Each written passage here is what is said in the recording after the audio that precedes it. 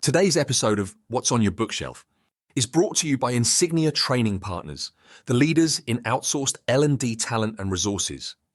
Insignia is a full-service learning and development company that provides L&D talent to design, develop, and deploy your training solutions. Insignia specializes in providing the right resources for your projects at a fraction of the cost as opposed to bringing on new full-time employees.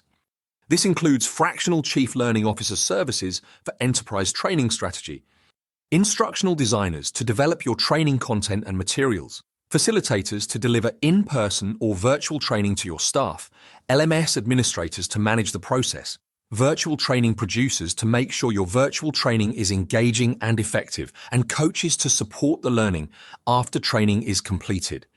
If you don't have a training department, that's okay. Insignia can be your bolt-on training department. With Insignia, you get dedicated resources providing fractional services by specialists in their field.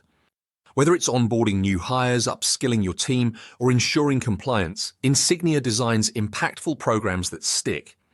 Visit insigniatraining.com to discover their full range of services and to schedule a free consultation. Insignia is your partner for training success.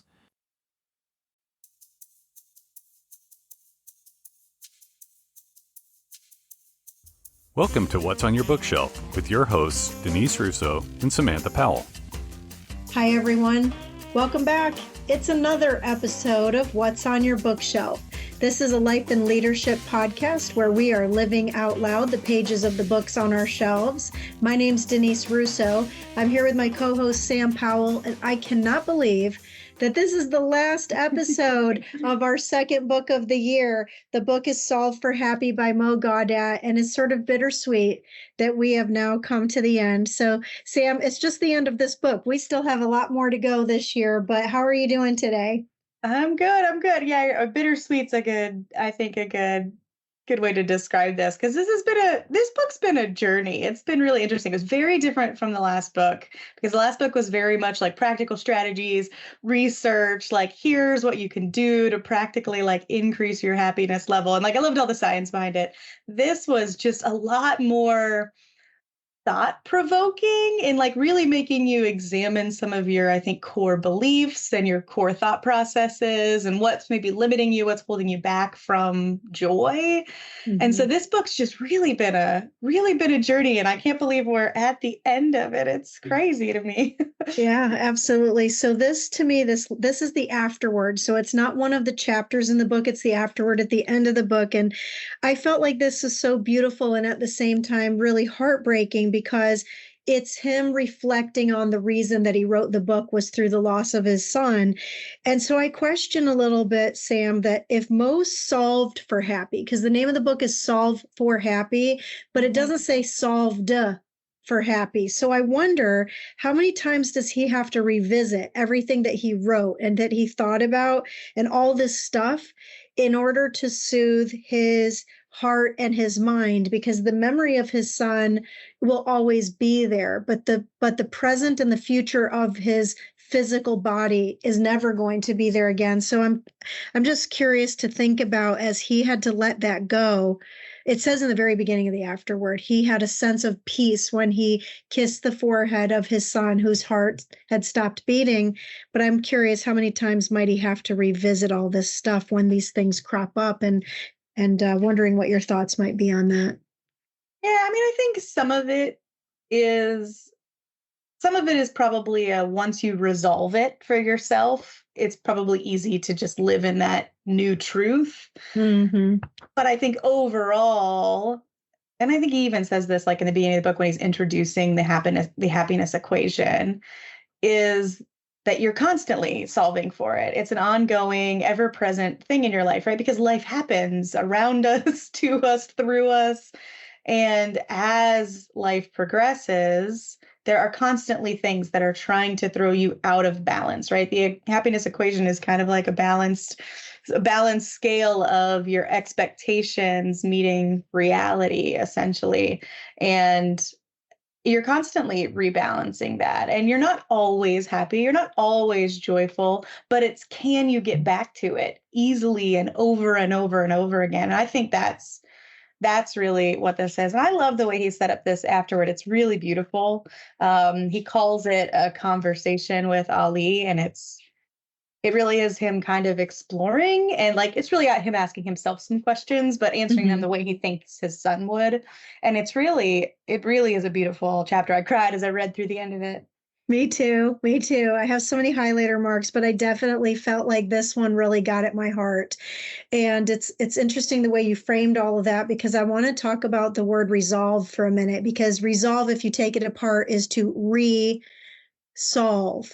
And it goes to the point of what you were just saying, is that it's this constant state or continuous state. And it's interesting in this afterword where he talks about the illusions again.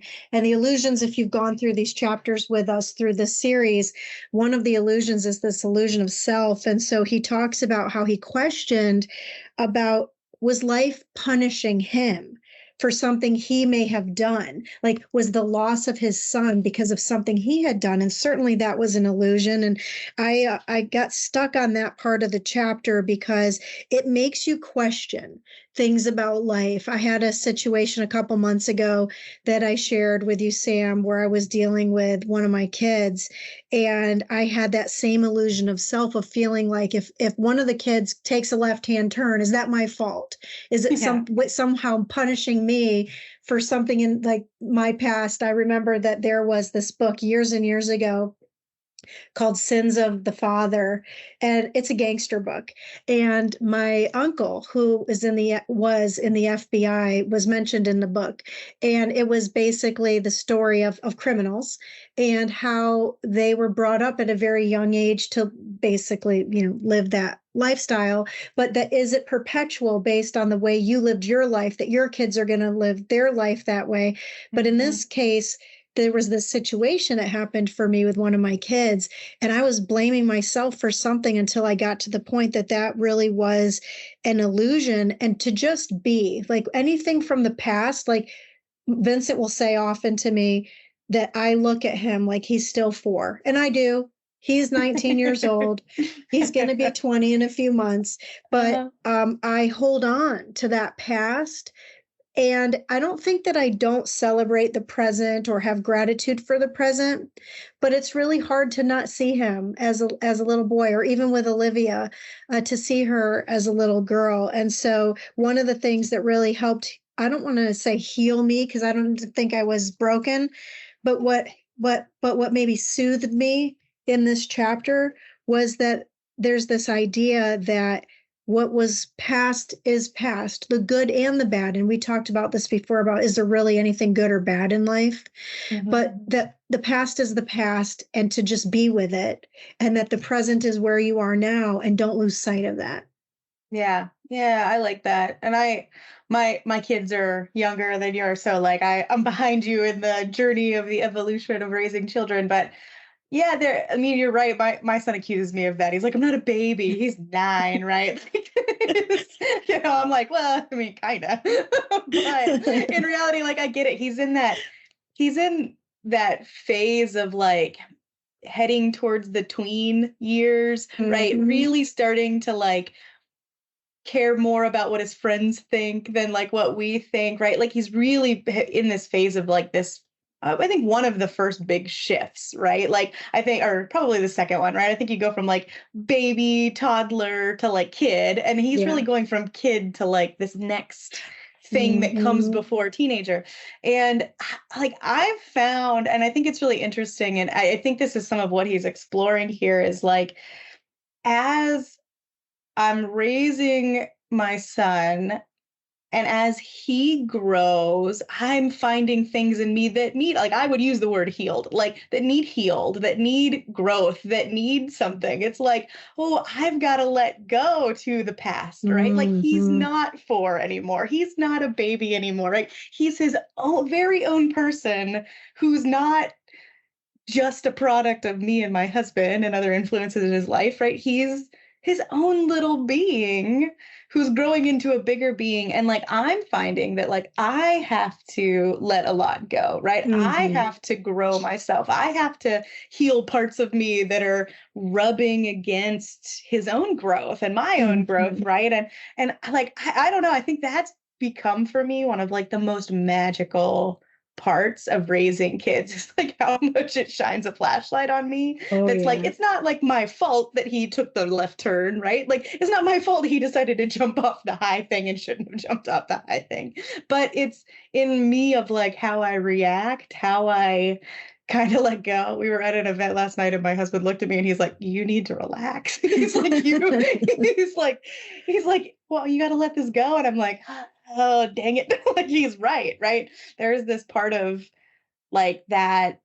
I don't know. The past is what it is. And I can appreciate that. And I can love that for what that is. But if I really want to find a sense of peace, if I really want to find the joy of now, it's reconciling all that, right? It's working on myself in the ways that I need to show up for the situation that I'm in now. And and also just accepting that like I can't control that he's gonna run around the corner of the building where I can't see him and we gotta call him back, right? Like I can't control that he's gonna like follow the friends to whatever crazy adventure that's I think is dangerous, right? Like those things are gonna happen, and it's making sure that we're setting up the best successful situation we can, but there's a letting go of that is really hard.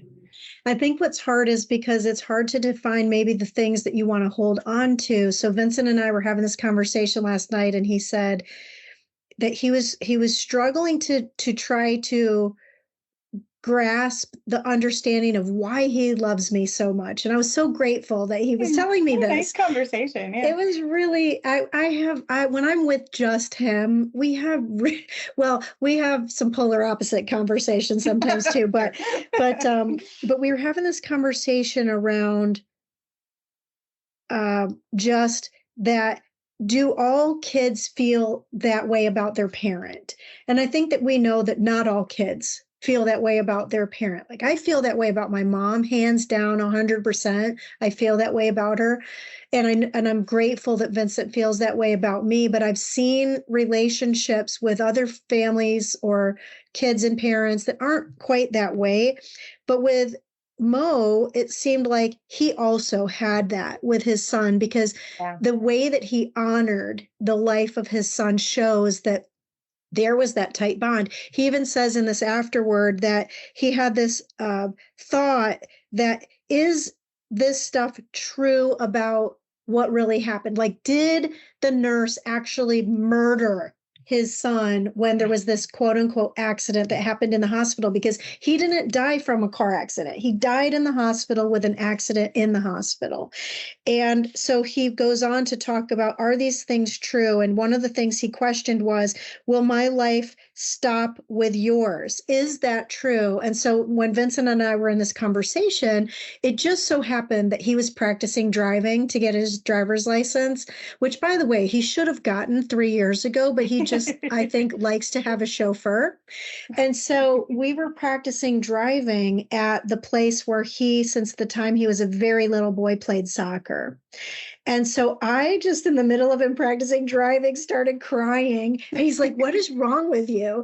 But it was because I was seeing him on the soccer field as that 4, 5, 6, 16-year-old little boy. And now he was behind the wheel of this car and practicing. And so when Mo talks about this, he says that life stops for nobody. You're here until it's your time to go, and you better behave with that in mind. And so once I sort of got over myself in the memory of seeing Vincent in this imaginary world of running around the soccer field, I was able to look at him as this young man, facial hair and a deep voice. He was behind the wheel of a car driving me, which I had a whole different appreciation for him. And that's what led to this conversation that he and I had about, why is it that we have this close relationship? Is it because we have the same DNA, or is it just because you're supposed to love somebody? But how do you reconcile when you actually feel this deep sense of, I don't know, unity for a person?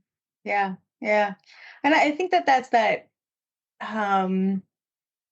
it's the topic of connection, right? It's all the research, all the pieces of what helps us connect with someone. And once we connect on at a certain depth, I think that's where love really comes in. And I think that's where, varying of degrees of connection with people. And then like when you get this, like get with someone who like you get that just deep sense of connectedness with, Yeah. I think that's really amazing. And that what a neat conversation to have with your son. And I love your story of driving him around at this soccer field. As soon as you started to describe where you were doing this, I was like, oh, isn't that like a nice full circle moment, or like him kind of learning a new thing at this place that is meaningful. Yeah.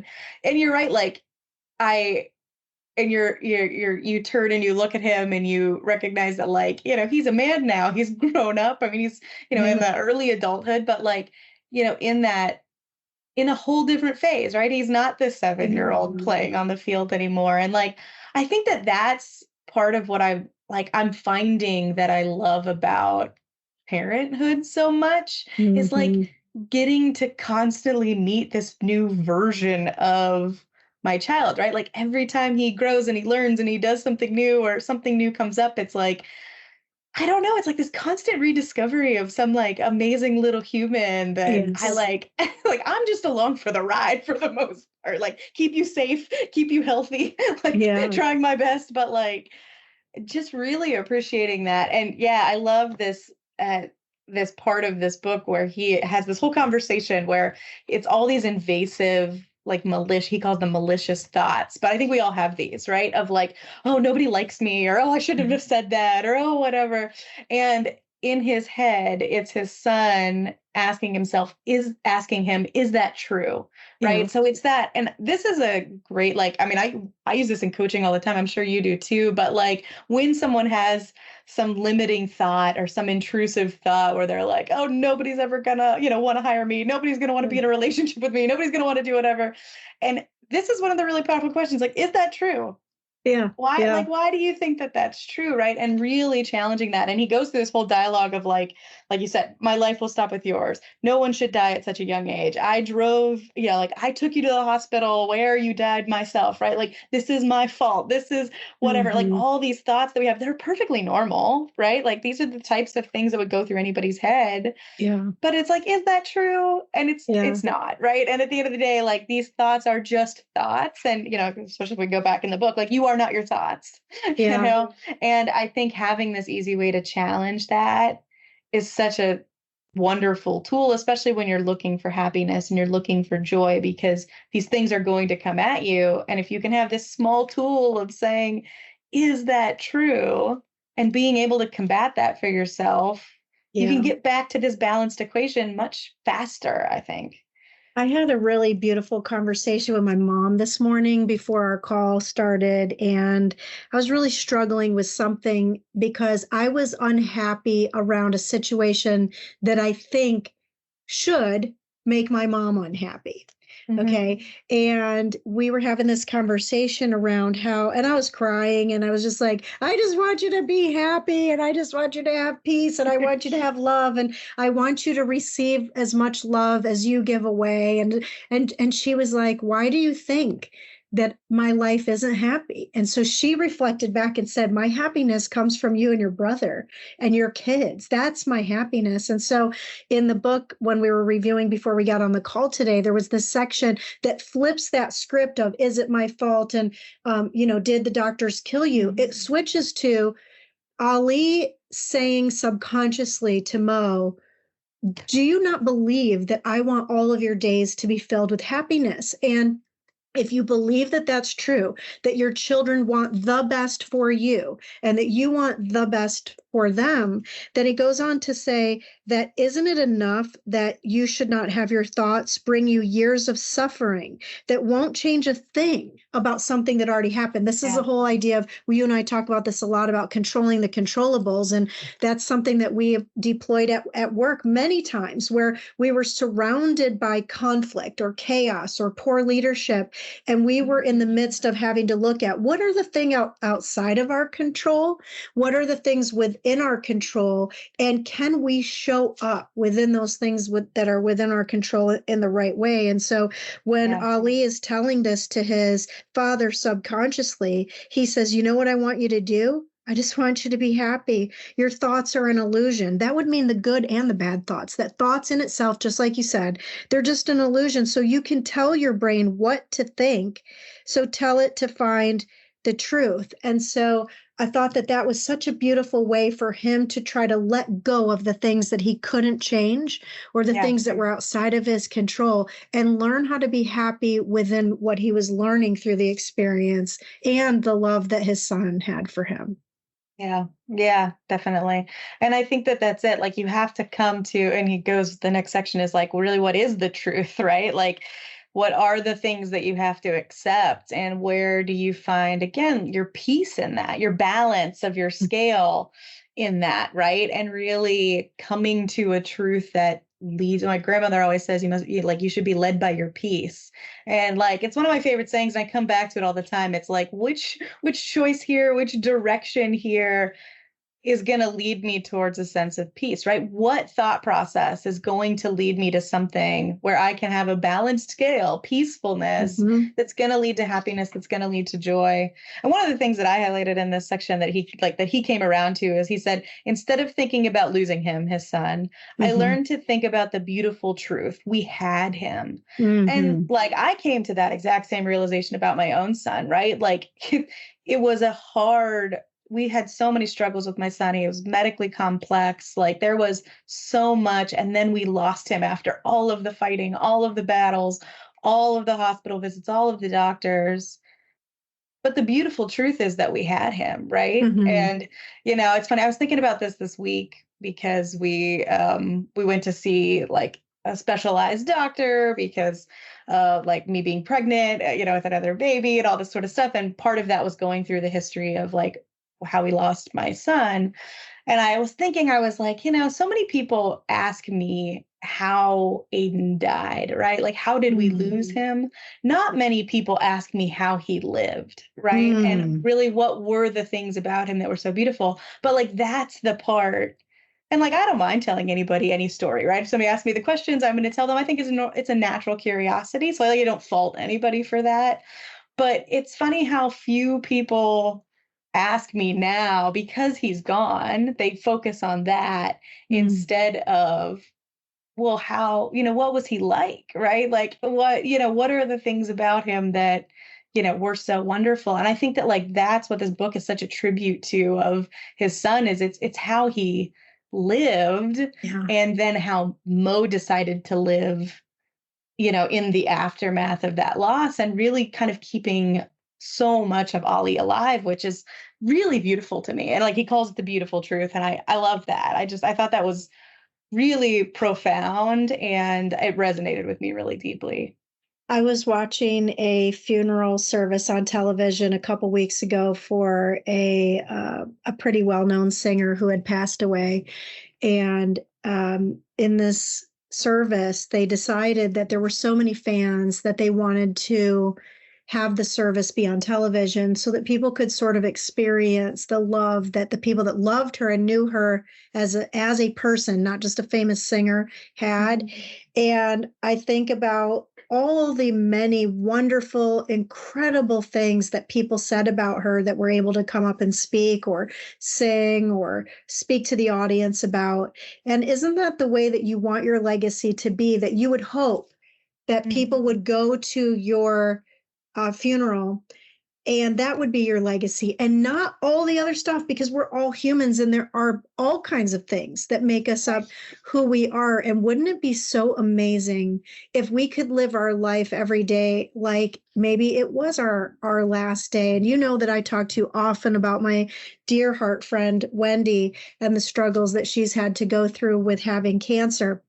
And I have another friend, Vicky, who has struggled with some brain tumors and has survived for many years, and not just survived, but thrived, like come through these things with such peace and perspective and passion for wanting to really like dive into life the way that maybe you wouldn't if you didn't think that tomorrow or today could be your last day. And so when Mo is talking about his son, he said his peace was already complete because he lived his life, living his life in live, living color in peace. Right. He was a peaceful person, a happy person. He lived his life that way. And so now it was a culmination of all that to say he didn't die lacking peace, even though Mo and his wife found incongruence with peace in those moments at first, but that his son lived his whole life that way. That's the way I see my friend Vicky live. It's the way I see my friend Wendy live. And those are the things that really drive me, I think, Sam, to try to live that way. That when I find myself in a place of sadness, that I have to remember that it's a choice. And that goes back to this conversation I was having with my mom this morning. I was at a place of just sadness, and she turned the whole thing around the way a mom can do. And was like, you have so much to be happy for, and I'm happy, and I just want you to be happy. Find it today. And it was just coincidental that, of course, whenever we have these episodes together, I seem to find my way back to the things, which is why this podcast is so important to me, because we share this at the beginning of every single episode. This isn't just for us to advertise books. This is so that we can live out loud the pages of these books to transform our lives. And not every day is perfect. Not every day is easy, but every day is meaningful when we can go back in and say, wow, you know what? This person went through this. This is how it applies to me. Or this scientist found this, and this is how I know this to be true about what's happening in, through, and to me. Mm-hmm. Yeah, absolutely. Absolutely. And the, one of the things that's highlighted towards the end of the book is a tattoo that Ollie had that Mo saw on the last day of his son's life. And the quote of the tattoo is, "The gravity of the battle means nothing to those at peace." And I think that's exactly really like what you're saying, right? Is like when you can get to that sense of peace, then everything around you, right? Like it doesn't matter that what you're fighting. It doesn't matter the things that are coming at you. Those things don't like that the battle doesn't mean anything. It's the peace, it's the way that you live as you balance this equation, as you go through this happiness model that he throws out there, that's that. And I think those words are beautiful, and they really deeply resonate with me as a truth too, right? It's like when you're at peace, the circumstances around you just like it doesn't matter. You're still at peace, right? You can still find the way back to balancing your equation. You can find your way back to joy and happiness despite the battle, right? Or maybe because of the battle sometimes too. Mm-hmm. Mm-hmm. I was golfing with Vincent the other day for fun because we're recording this in advance of when it comes out. And so he was off of school at the time. And so we were out golfing, and in the first couple of holes, we were having the best time. We were so happy. The weather was amazing. His hits were awesome. And then something changed. And I don't know if it was that it was just getting too hot outside, or if the grass was just, there were a couple holes that weren't in very good shape at this golf course that we were at. And his whole demeanor changed in this one particular hole. He's like, I don't want to play anymore. And so I stopped the cart and just to have a conversation with him. And we started talking about it. And I said, what changed for you? The first 3-4 holes, you were at the top of your happiness, top of your game. You were hitting great. Something changed. But does that mean that this isn't a fun day just because you didn't have one fun hole? Like, let's get past this. And so I said, just let it go. Close your eyes, try your best, do another shot. So we get to the next hole. Vincent must have had, Sam, I don't know, the best drive I've ever seen this kid hit ever. And so funny that in an instant, his demeanor changed back again. And I said to him, if our emotions can change that fast, and that we can go from happiness to sadness or anger to happiness again, what if we could purposefully and intentionally shift the change ourselves? Yeah, to be in that way. And we were at the movies the other night. We were watching this movie, Fall Guy. If you haven't seen it, it's super cute. It has nothing to do with this book, but I just have to make a plug that the movie is a family-friendly movie. It stars Ryan Gosling and Emily Blunt, and it's basically in tribute to stuntmen. And it was just, we had such a fun time watching this movie together. Vincent and I went. And so at the end of the movie, you know, they have all these posters of other movies coming out, and Inside Out 2, which is a Disney Pixar film, because, you know, I have to make my plug for my Disney films, was there. And I can't wait to see this movie because it's probably the one best mind over matter animated film I've ever seen. And so I can't wait for this one to come out. But the gist of that movie, if you've never seen it, please go see it. If you're listening to this, if you have Disney Plus, or you could go rent movies somewhere, Inside Out, it's all about the thoughts we have in our mind and how they try to take control, but that it's you that actually is in the driver's seat of those thoughts. And that when certain thoughts crop up that aren't the best thoughts for you, that all you have to do is reprioritize the ones that are. That's what we really learned in The How of Happiness, the book before this one. Yeah. But I wonder, in interest of time, I really love the last a couple paragraphs that he had here. And maybe I'll just read that and then get your closing thoughts, Sam, and how we then pivot for our friends listening to what we're going to do next. So Mo says in this last part of the book, and again, I encourage you to please get this book. You've only heard a very small part. Yeah. What we've shared is our own personal life through the book, but there's so much more for you to read on your own. So he says, thank you for reading my story and considering some of my views on life. I hope that you find your happiness too, and truly hope to meet you someday. I was like, wow, that's pretty profound. An author that sold millions of copies of this book says that he hopes to meet the people who are reading his words. And then he says, meanwhile, please write and teach me how applying some of these concepts has worked for you. And so I wrote a note in this when I first read this book. And you could see it. I know we're not on video, but you're on video with me right now, Sam. Well, the lighting is kind of weird. Yeah. But I wrote a note in the book that says we need to make a podcast about having meaning and purpose because of this book.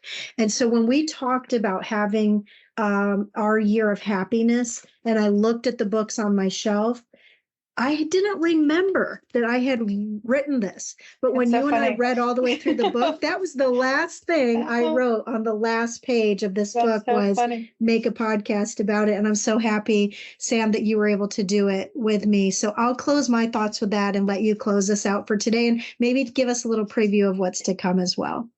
Yeah, I mean, I think my closing thoughts are maybe just a recap of, again, like this happiness equation.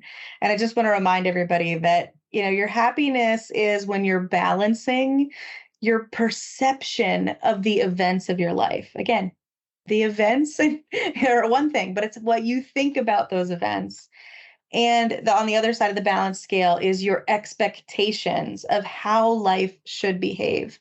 And you have so much control over, we all have so much control over what we do with our perception, right? How we think about things, and then how we piece together our shoulds, right? How should life behave? What should what should be the progress of our life, and letting so much of that go. And, you know, I think that if this is something you're struggling with, again, like read the book, go through and read the book, because we can't live this for you. You've got to live this for yourself. But, you know, remember that, like, he puts us together in this happiness model of busting the 6 grand illusions, fixing the 7 blind spots, and hanging on to the 5 ultimate truths. And I think that exploration is worth it for everyone, right? To go through and really think about these things that he lays out there, and then find your own, right? If you don't agree with this 5 truths, find your own, because again, that pieces together the how life should behave compared to what, you know, what you're perceiving is going on with you. And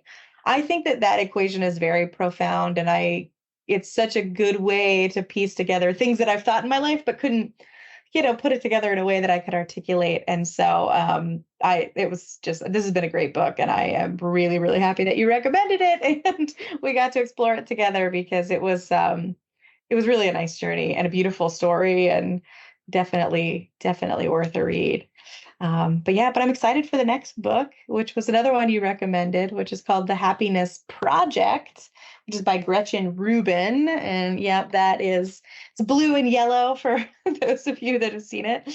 And This one's really interesting. So I love this journey we've been on of like the how of happiness was all about the science, really how to make yourself happy. What are the actions you can take? How do you personalize that to yourself?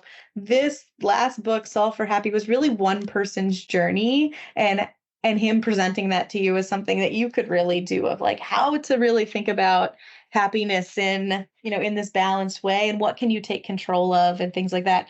And this next one is super interesting because it's kind of back to a practical application. Like this is a woman who read a whole bunch about happiness and realized like she wasn't unhappy, but she wasn't as happy as she could be. And so she set out over a year to go do some things that made her happy. And it's a great book. I just started reading it because I kind of read as we go, and this is going to be a good one. And I think has got some practical stuff for all of us to think about in our own lives about how do we apply, what do we do, again, like taking these thoughts and taking all the stuff that we've learned in the last two books, and then let's listen to a story about how one woman applied that and think about what that means for us in our own lives. And I'm really excited to get into this next book. I'm looking forward to it as well because it's a reread for me. And what we'll do next week, friends, is we're going to share how the format of the next several episodes will go. And this book is meant to be actually lived out loud over the course of an entire year, but we're going to condense it down over the course of a few months. And then I think that we're going to suggest that it be a reread for our listeners so that way we give them the gist. And then in January, you can actually live this out loud yourself. It's the Happiness Project. And I can't wait to even share some of the things that Sam was doing with this author outside of this book that's connected. So we're going to leave you with that cliffhanger for today, that there's some other secrets that we'll share next time.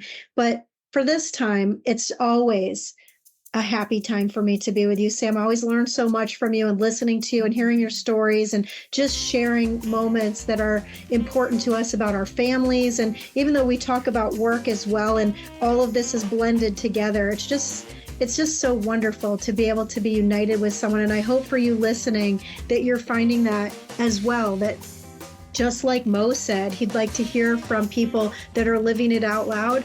We'd like to hear from you as well. And so Scott puts our contact information in the show notes.